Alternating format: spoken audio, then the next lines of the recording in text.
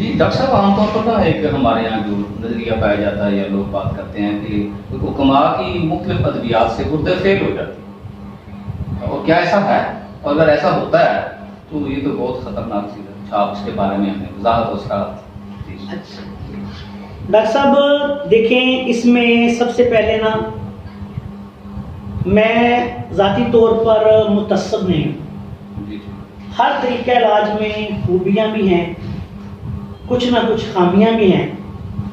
انسان جو ہے وہ بہتر سے بہتر تر کی تلاش میں رہتا ہے۔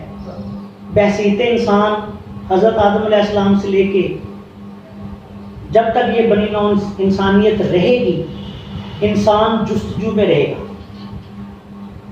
ایلوپیتھی کا اپنا مقام ہے، اس میں کوئی شک ہی نہیں، ٹھیک ہے۔ طب یونانی کا اپنا مقام ہے، اس میں کوئی شک ہی نہیں، کوئی اس کا مقام نہیں لے سکتا۔ اسی طرح ہومیوپیتھک ہے یا دوسرے آلٹرنیٹو میڈیسن سسٹم ہیں جتنے بھی، ان کے اپنے اپنے مقامات ہیں، ان کا کام ہے، کوئی اس کو مانے یا نہ مانے۔ اچھا، اس میں جو بات ہے کہ حکیمی ادویات سے گردے فیل ہو جاتے ہیں، ڈاکٹرز اکثر کہتے ہیں، یا لوگوں کے بارے میں لوگوں کی ایک رائے ہے اس بارے میں، اس کا یہ سب سے پہلے ہمیں یہ دیکھنا پڑے گا۔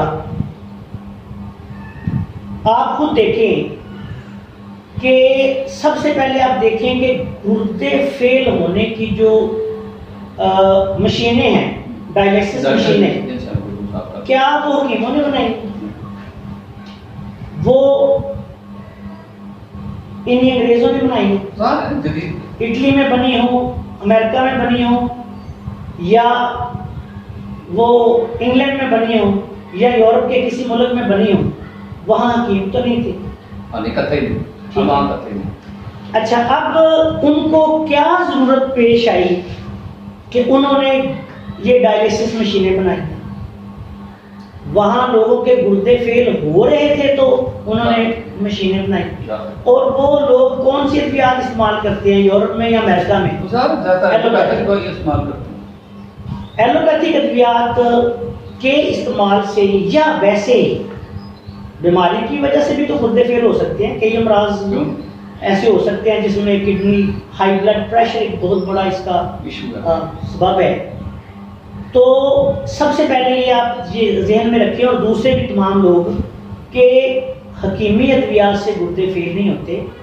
ایسے امراض و علامات ہو سکتے ہیں یا ہیں جن کی وجہ سے گردے فیل ہو سکتے ہیں۔ دوسری بات کہ انگریزی ادویات کے کثرت، اب یہ تو ڈاکٹرز بھی تسلیم کر گئے کہ ہماری بے شمار کئی ادویات ایسی ہیں جن کے زیادہ استعمال سے بلکہ چھوٹے چھوٹے بچوں میں گردے فیل ہو جاتے ہیں۔ سیلف میڈیکیشن نہیں کرنی چاہیے، یہ جو کرتے ہیں۔ تو کسی بھی چیز کا ضرورت سے ہٹ کے استعمال جو ہے وہ نقصان دہ ہے۔ تو ایلوپیتھک کا یہ پروپیگنڈا طب کے بارے میں یہ قطعاً غلط ہے۔ میں پہلے بھی پچھلی ویڈیو میں آپ کو عرض کر چکا ہوں کہ کشتہ جات سے گردے فیل ہو سکتے ہیں، اس میں کوئی شک ہی نہیں، ٹھیک ہے۔ لیکن جو اصل طبیب ہیں، جو سمجھدار معالج ہیں، وہ ویسے کشتہ جات استعمال ہی نہیں کرتے، میں ذاتی طور پہ نہیں کرتا۔ تو ہم کیا کرتے ہیں کہ ہم جڑی بوٹیوں سے، اور ویسے بھی طب یونانی میں شروع سے کشتہ جات رائج نہیں، یہ ایک علیحدہ فن ہے، یہ آیورویدک فن ہے۔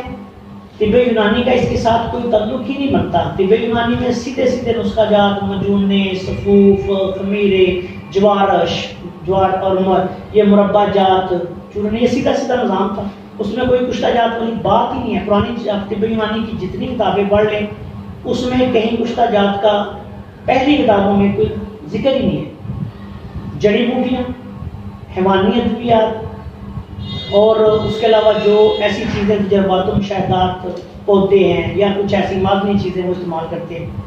لیکن یہ جو خیال ہے ڈاکٹرز کا، وہ نیم حکیموں کے بارے میں آپ کہہ سکتے ہیں، میں آپ دیکھیں کہ 10 معالج صحیح ہیں، رجسٹرڈ طبیب ہیں، تو 90 جو ہیں وہ جعلی کی ہیں۔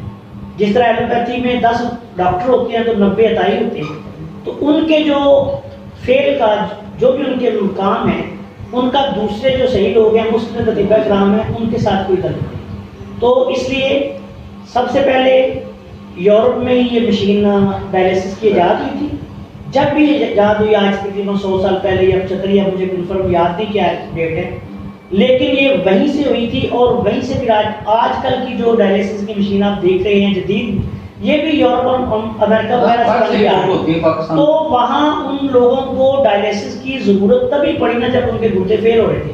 تو مجھے آپ ایسے لوگ ایک طبیب کا نام بتا دیں کیا امریکہ میں یورپ میں ہمارے معالج جا کے علاج کرتے ہیں؟ وہ وہی کرتے ہیں۔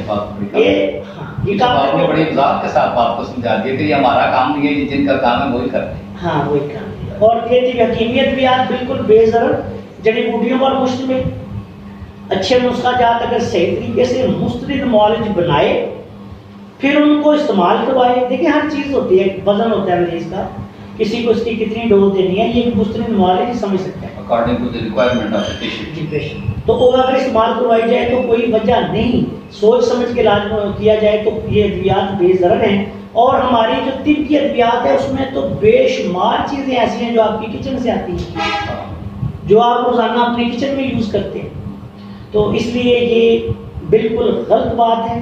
اور اطباء کرام کے خلاف جو مستند اطباء کرام ہیں ان کے خلاف ایک غلط پروپیگنڈا ہے، اور جو جعلی لوگ ہیں وہ میں خود بھی کہتا ہوں ہر پلیٹ فارم میں، میرے خیال میں میرے خلاف تو یہ بہت بڑا سوشل میڈیا پہ انہوں نے جعلی کی، انہوں نے بڑا ایک بدتمیزی کھڑا کر دیا تھا جب میں نے یہ کہا تھا کہ یہ جعلی ہے، میں نیم کی سوری ان کو جعلی کہنا چاہیے، جو گورنمنٹ آف پاکستان سے رجسٹرڈ نہیں ہیں، طبیہ کالجز سے تعلیم یافتہ نہیں ہیں، آگے پھر دوسرے اپنے اطباء کرام جو سینئر ہیں ان کے پاس انہوں نے ہاؤس جاب نہیں کی ہوئی، وہ غیر رجسٹرڈ طبیب ہیں، بالکل وہ انہیں علاج معالجے کی کوئی اجازت، حکومت کو چاہیے انہیں سختی سے بند کرنا چاہیے، وہ ہیلتھ کیئر کمیشن کرے یا حکومت پاکستان کرے، ان کو اجازت نہیں ہوتی۔ یہ طب کی نیک نامی کا باعث نہیں بنتے بلکہ طب کی بدنامی کا باعث بنتے ہیں۔ ایسے لوگوں کی میں نے کبھی بھی حوصلہ افزائی نہیں